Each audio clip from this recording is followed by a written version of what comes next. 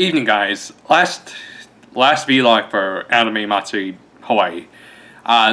Started off this morning pretty late for an anime convention. Probably the latest I've ever gone into an anime convention. 11 o'clock. And my first actual panel that I went to was at 12. I just killed some time in the dealer's room, getting some nice pictures and everything. Actually, they call it the exhibit hall, but it's a dealer's room in my mind, but whatever you want to call it. I just went around getting as many cosplay pictures as I could from 11 to 12, and then at 12 I went to my first panel of the day, and it was a good one. It was Diane Boss panel mostly about him being a Power Ranger. He showed some clips from his iPhone that kind of went the projector kind of failed us and partway through, but then we just switched to asking questions, which, quite frankly, I always like to hear Johnny's stories about either voice acting or his time as Power Rangers. As always, he went back to his trials and tribulations with producing the Mighty Morphin Power Rangers movies. He gave us a little bit more today with some of the more behind the scenes stuff, with him there actually being a lot, from what he's told us, a lot of deleted scenes that I didn't see in like the DVDs of the Power Rangers movies. I would hope that someday they release those deleted scenes. Like, apparently there was a lot more training in like the first Power Rangers movie, which I would have loved to have seen, and it honestly sounds like his character was Adam was a lot more active in the movies, but then he became the frickin' frog, which then led to the famous ad lib that said, in which he just said, "I'm a frog." Probably one of the best lines in the movie, just when you hear like the shit that he had to go through for the making of that movie. You gotta admit, they just were mean to him, weren't they? Anyway, he told us all that, and he also brought his daughter to the panel, and she was absolutely adorable, I have to say. He's lucky to have such a good daughter. She did kind of interrupt him a couple of times, but she's a kid, and she was, and his pictures, she's adorable, who everyone was smiling. Yeah, so that was a fun panel. Johnny's always going to be a great speaker, so yeah, that was great. Then, following that at 1 o'clock, I went to yet another Funimation panel. Kind of rinse and repeat, but yeah. Not quite as good as, at least the best one was actually was probably like the first one, where even though they were showing us clips, they were showing clips of stuff that the staff of Funimation actually really like and have some stories behind it. So this is just another Funimation panel. It was okay. I enjoy going to industry panels, just if anything else, just to maybe hopefully get some free stuff, which I did, but actually not the panel itself, but more on that in just a bit. So I went to the panel. It's okay, and then at 2 from 2 on, there was pretty much nothing. Yeah, the Sunday was pretty damn uneventful. Just two panels that I wanted to go to, at least, and then went to the exhibit hall, got a few more pictures, then right before we went in for the closing ceremonies at 3:30, pretty early for a convention. Before the closing ceremonies, I did get some pictures of a Gontai collection, of a bunch of people gathering for a Gontai collection. It was a really nice picture. I'm showing right now, I bet. And then came the closing ceremonies, where at that point, the guy from Funimation, Justin, I believe his name is, at the Funimation panel, he was giving out Dragon Ball Z Resurrection F DVDs.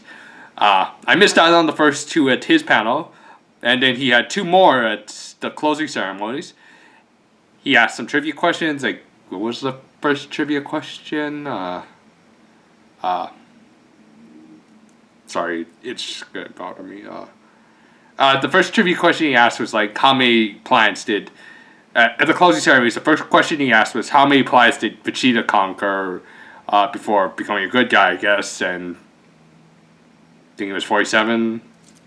And then, following that, he asked one more question, this this time, the first question he then asked, who voiced Chaozu, I believe his name is, or Gregory the cricket from King Kai's planet, who voiced him, and then he gave the hint that it was Tien, his voice actor, and nobody answered.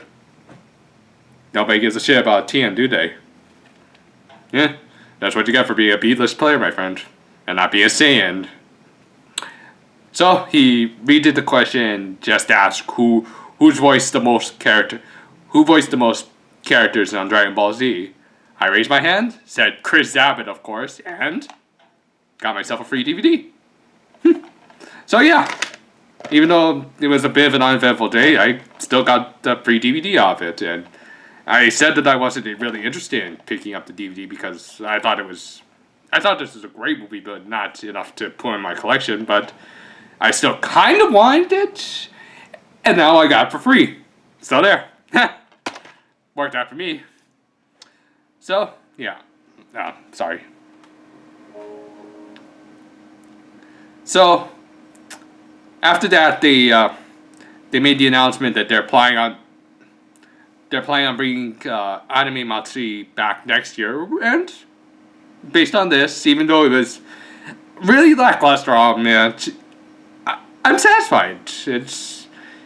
I can understand them not being able to pull it a huge thing. It seemed like they had to stick this together kind of last minute, just based on what I could garner from what they were saying about this coming over from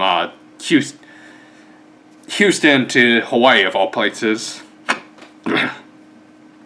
So, yeah. Next year, I hope that they have more time to plan, and I can really see the basis of a really great con. I enjoyed this con overall. There weren't too many technical problems, if I had to list some of the technical problems. For one thing, they did not provide actual schedule books for us. They asked us to go look it up online.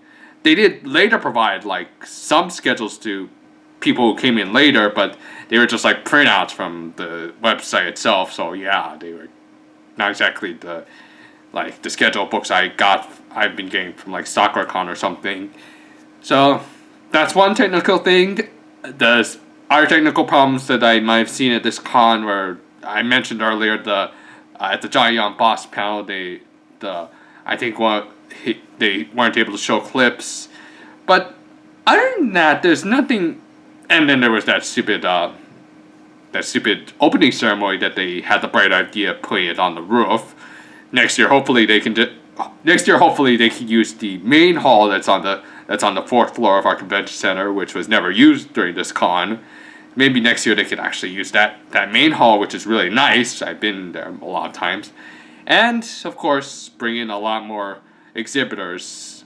I don't mind that it was a little bit more spacious, gave me a lot more room to take cosplay pictures, but hopefully they can fill up that exhibit hall, because when it feels that empty, it feels kind of off. Don't have to overdo it, but just at least a few DVD places would be nice, and maybe a few more toy places where I could get cute little guys like this one. So, overall, Anime Matsuri was, I don't want to say it's a disappointment because I had my expectations low. It was competent. I'll say that much. It was, and there's still, and I will definitely go to the next one when they post it up and everything. And yeah. So, it was competent. Not great, not bad, just competent. At least I was able to get this guy out of it. And, wait, I'm not going to ask you if you have anything else. Last time I asked you if there was anything you wanted to say, you destroyed my camera. So, just go to your room. Go to your room. Good boy. So, yeah. It was great. I had fun. I got free DVD out of it. So, yeah, I have nothing to complain about. So, be back tomorrow with a new video, and so nothing else to say, but farewell for now, my